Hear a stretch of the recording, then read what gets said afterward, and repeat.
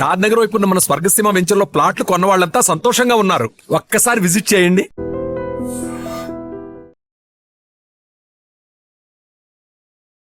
ప్రభాస్ అంటే సినిమాలు చూసే యువతలో ఎంతటి క్రేజ్ ఉందో అందరికీ తెలిసిందే.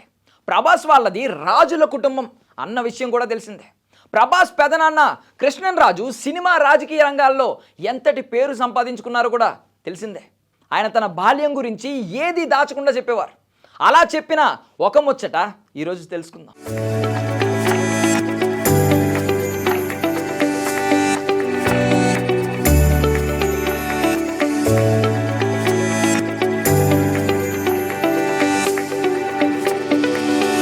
ఎంతటి గొప్పవారైనా బాల్యంలో తొంటరి పని చేయడం, తన్నులు తినడం మామూలే కదా. అలాంటిదే కృష్ణంరాజు విషయంలోనూ జరిగింది. ఈ విషయాన్ని కృష్ణంరాజు తన ఆత్మకథలో రాసుకున్నారు. కృష్ణంరాజు వెస్ట్ గోదావరి జిల్లా మొగల్తూరులో 1940 జనవరి 20న ఉప్పలపాటి వీర వెంకట సత్యనారాయణ లక్ష్మీదేవి గారులకు జన్మించారు. కృష్ణంరాజు పూర్తి పేరు ఉప్పలపాటి చిన వెంకట కృష్ణంరాజు. అయితే పేరు పెద్దగా ఉందని ఆయనే సొంతంగా పేరును ఎడిట్ చేసుకున్నారు. చదువు విషయానికి వస్తే మొగల్తూరు, నర్సాపూర్ తదితర ప్రాంతాల్లో జరిగింది. వాళ్ళది రాయల్ ఫ్యామిలీ కావడంతో చిన్నప్పటి నుండి రాయల్గానే ఉండేవారు.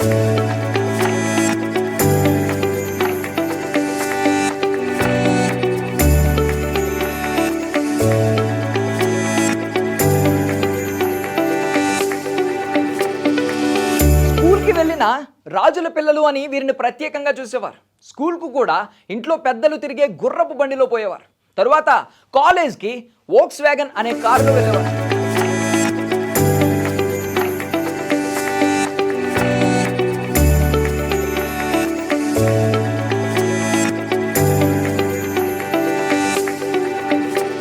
ఇక అసలు విషయానికి వస్తే మంచి వయసులో మన రాజుగారు పొగరుబోతుగా ఉండేవారట. ఎవరిని లెక్క చేయని పెంకితనం, మొండితనం లక్షణాలుగా ఉండేవట. స్కూల్లో ఒకసారి నేను ఏదో అల్లరి పని చేస్తే ప్యూన్ వచ్చి హెడ్ మాస్టర్ గారు రమ్మంటున్నారు అని చెబితే నేను ఆయన్నే రమ్మను అని బిరుసుగా తల పొగరుగా సమాధానం ఇచ్చాను అని చెప్పారు.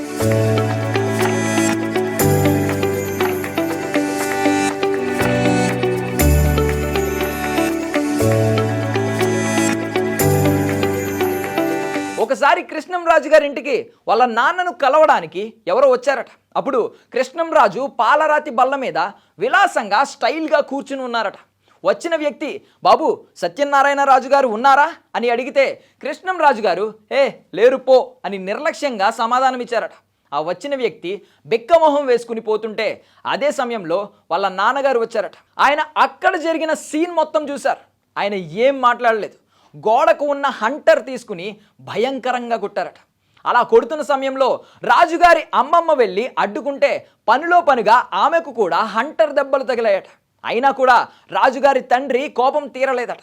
ఆ రోజు తిన్న దెబ్బలు చాలా కాలం నొప్పి పెట్టాయట. అది జరిగిన కొన్ని రోజులకు మరో సంఘటన జరిగిందట.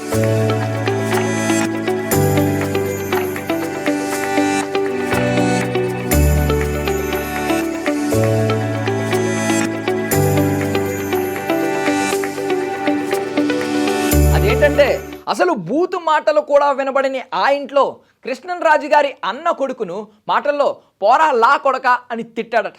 అప్పటి వరకు అలాంటి మాటలు వినపడని ఆ ఇంట్లో ఇలాంటి మాట వినపడగానే ఇక్కడుంటే స్నేహితులతో కలిసి చెడిపోతాడని కాకినాడ వద్ద గల పెద్దపురప్పాడులో గల తన పిన్ని ఇంటికి పంపించారట.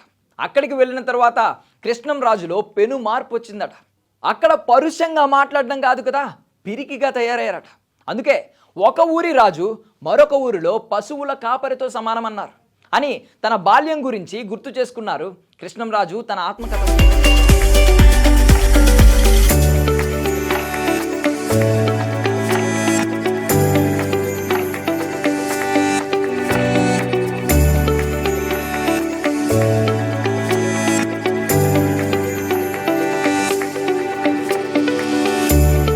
విఖ్యాత నట సార్వభౌముడిగా వినుతికెక్కిన ఎన్టీ రామారావు గురించి ఎంత చెప్పినా తక్కువే. కథానాయకుడిగా చిత్రరంగ ప్రవేశం చేసిన రోజు నుండి మరణించే వరకు ఆయన చేయని సాహసం అంటూ లేదు.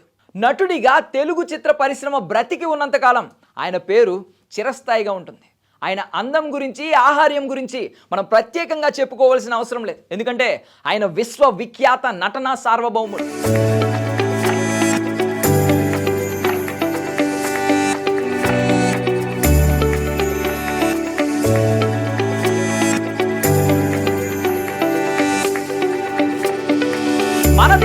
సినిమాతో పోలీస్ పాత్రలో నటుడిగా సినిమా రంగ ప్రవేశం చేసిన ఎన్టీ రామారావు హీరోగా పల్లెటూరు పిల్ల సినిమాలో నటించారు.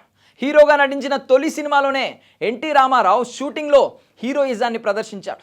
కథానుగుణంగా పొగరుబోతు పోట్లగిత్తతో తలపడే సన్నివేశం ఉంటే డూప్ పెడతామని దర్శకుడు బిఏ సుబ్బారావు చెప్పినా కూడా నేనే చేస్తాను అని దానితో తలపడ్డాడు.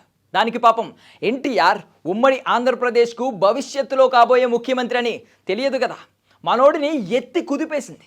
దాని చర్యకు చెయ్యి విరగొట్టుకున్నాడు.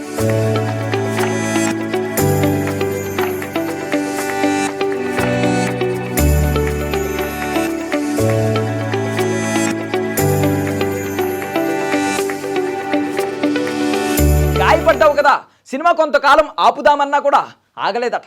సరికదా, పుత్తూరు కట్టు కట్టించుకుని నిండు చేతుల చొక్కాతో సినిమాను పూర్తి చేశాడట. అయితే దాని తరువాత స్వర్ణమంజరి అనే సినిమా జరుగుతున్నప్పుడు ఒక గమ్మత్తు జరిగింది. ఆ సినిమాలో పులితో తలపడే ఒక సీన్ ఉంది. సెట్ వాళ్ళు ఏర్పాట్లు అన్నీ చేసుకున్నారు. రండి సార్, పులి రెడీగా ఉంది అని చెప్తే ఎన్టీ రామారావు వెళ్ళారు. అక్కడ నిజంగా పులి ఉంది. అది చూసి ఏంటయ్యా నిజం పులిని పెట్టారు అని అడిగారట. అక్కడ ఉన్న ఫైట్ మాస్టర్ ఒరిజినల్ అయితే బాగుంటుంది అని పెట్టాము అని చెప్పారు. ఈ పులి చాలా మంచిది సార్, మమ్మల్ని ఏమనలేదు, మిమ్మల్ని ఏమంటుంది అన్నాడట.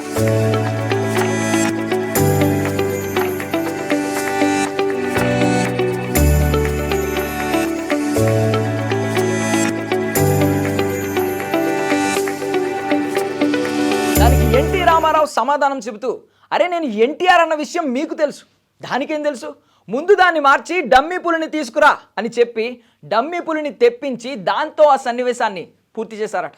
దాని తర్వాత మన ఎన్టీఆర్ భాగ్యచక్రం సినిమాలో, అడవిరాముడు సినిమాలో కూడా సింహంతో తలపడే సీన్లు ఉన్నాయి. మరి అవి వేటితో చేశారో మీకే తెలియాలి. అదన్నమాట ఎన్టీఆర్ పులి కథ.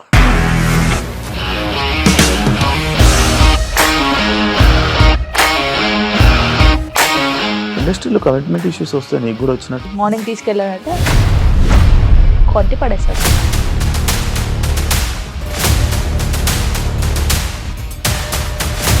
ఒక్కళ్ళు కూడా చూడలేదు ఈ సినిమా అని చెప్పడానికి కూడా చాలా ధైర్యం కావాలి. అది నిజం కదా, దాంట్లో ధైర్యం ఏంటి? ఇది నెక్స్ట్ డే ప్లేట్ మార్చేస్తే తప్పు కదా. As of now we are comfortable this అని నేను అనుకుంటున్నాను. రష్మిక గారిది మీది ఒకే ఊరంట కదా? నీకు కోపం వచ్చిందంటే బాగా తిట్టేత్తరా? తిట్టేద్దామండి. నిజంగా గేమ్ ని ఎలా చేంజ్ చేయగలిగారు? ఏపీఎస్ఎఫ్సి వాళ్ళకి 6 నెలల్లో నేను 6 లక్షలు కట్టా. బిజినెస్ చేయాలనుకుంటే it is as difficult as riding a tiger.